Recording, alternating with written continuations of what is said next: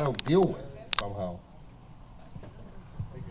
Thanks a lot. That's not why I came here to talk about restless middle finger. But you know what? A couple of months ago, Art Larson told me that if you do have restless middle finger syndrome and there are any feds and they didn't come up here and introduce themselves to us, right there, it's legal.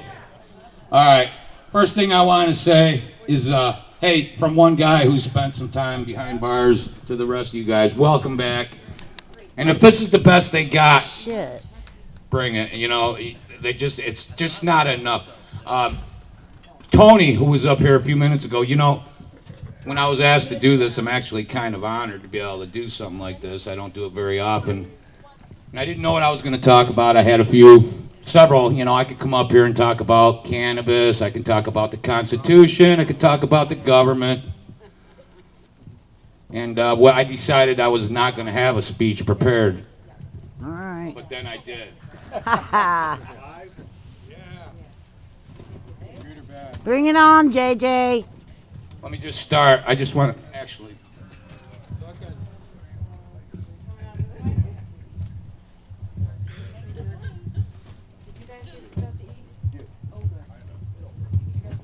All right. Let me just start by saying that without due process and without habeas corpus, cops, courts, and Congress are nothing but kidnappers, cons, and criminals. All right. All right? Now you listen to what Tony had to say, and I think maybe he hit the nail on the head. Before I read from my speech, there's a few things I do want to say.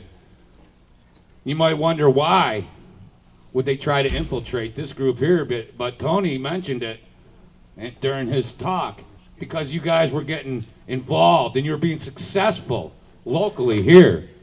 And maybe that, you know, I don't know if that's the reason. I know it goes much deeper than that, but I guarantee that if you keep doing it, that you're going to expect more of the same. All of us, everywhere we go. You got to expect this. It's going to happen. All right?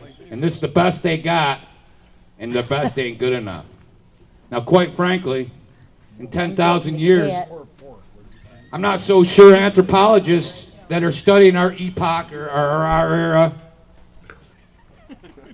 man and humans, would really be able to tell us apart from the baboons or the cavemen, unless they were somehow able to attribute our technology to the humans.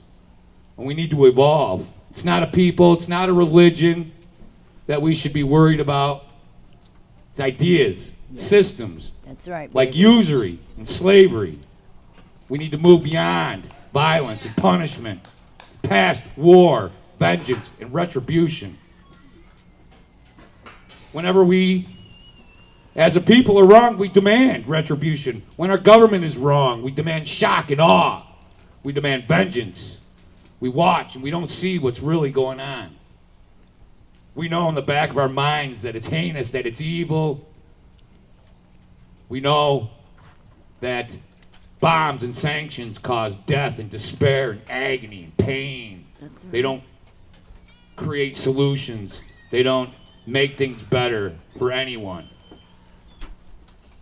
Yet we allow our government to convince us that we have the moral authority, that they have the moral authority. That they're animals that we're bombing. That death and dislocation of millions and millions of people is somehow morally just and upright when we do it, when our government does it, pardon me. We allow that our government acts in our name, that they act in our behalf, that they represent us in our interests. When they're attacked, we stand behind them. We allow them to tell us that those aren't women and children, they're animals. And by not decreeing that it's immoral, we're saying that it's not. That we're just, that we're immoral, we've got this sort of high ground on planet Earth where we can go around and demand, you know, social change anywhere. We can demand regime change or governmental changes anywhere in the world. Our governments our government specifically, but all governments are immoral. They're all corrupt. The wars we're in right now are immoral. They're unconstitutional, undeclared, unjust. They send us to war, yet it's our sons and our daughters who die, not theirs. It's our brothers and sisters that go hungry here, not theirs. It's the common man, us, the regular people, that pay and pray. Sometimes, I know a lot of the older generation pray that they die before they see the outcome of of the collapse, of the end of a certain epoch or era in modern time. And it's happening before our eyes, believe me. They feed off it and they grin. And when our government wrongs us, what has happened? We convince ourselves that if the government does it, we deserved it. That you can't buck the system or authority. We make ourselves become weak and meek in the presence of state. If the government does it, it's okay to poison our children, maim our children. It's okay to tase and shoot and kill and loot. And if they come and you refuse or you don't comply, and you guys will know this, you will pay. You'll be held accountable, and you'll pay dearly. You can ask Randy Weaver, the Branch Davidians, or even the Browns. Instead of demanding redress and satisfaction, we label and condemn our brothers and our sisters, our aunts and our uncles, our mothers and fathers, because our government or some hate group like the ADL or the SPLC, the Southern Poverty Law Center, says they're bad, says they've done something. They're plotting to do something. So are we really evolved? No, I'm not going right past them. Why? I got to ask you, why if the 1% look after each other, don't we?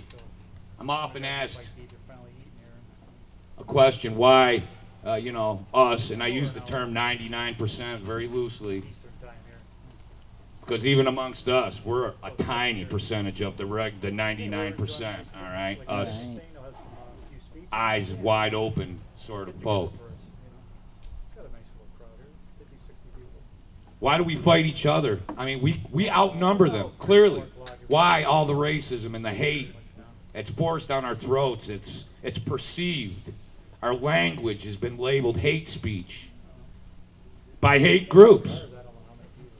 Like the ADL, like the Southern Poverty Law Center, by legislation, by lobby, by political correctness. Believe me, 1/10 of the 1%, you guys know what I'm talking about.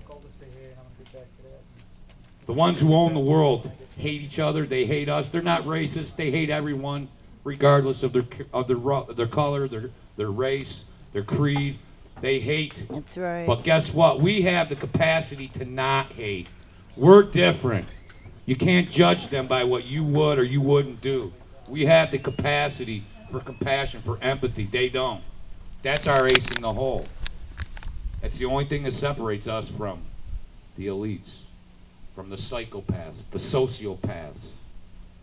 As long as we look at poor people like lazy alcoholics or dirty hippies, or we look at people in the ghetto like they're crackheads and thieves, every time, as long as we see rednecks and hillbillies as backwards and stupid, nothing can change. As long as we can label somebody or think of a group or a person as less than, nothing can change, nothing. As long as we allow labels and words to enable us not to care about a person or a group of people, we can call somebody a criminal or a crack addict, or we can call them an alcoholic or an addict, or in my case when I was young, a juvenile delinquent. Right. That was you, baby.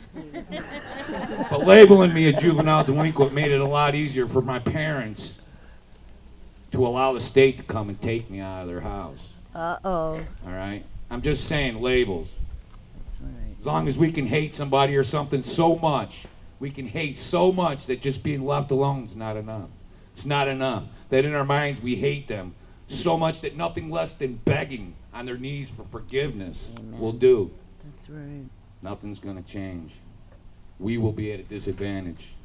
Unless you can win, unless I can win, unless we can win this personal battle, I feel like we're going to perish. 80%, baby. 80%. 80%. Benjamin Franklin said, war is when the government tells you who the enemy. Revolution is when we decide who the enemy is. Yeah. I say let's Come start on. 300 million revolutions right now. Yeah. Let's do something to save the future for our children, for our children's children. I guess that's it. Amen, Thank you. JJ. Thank you to the Atari. Thank you to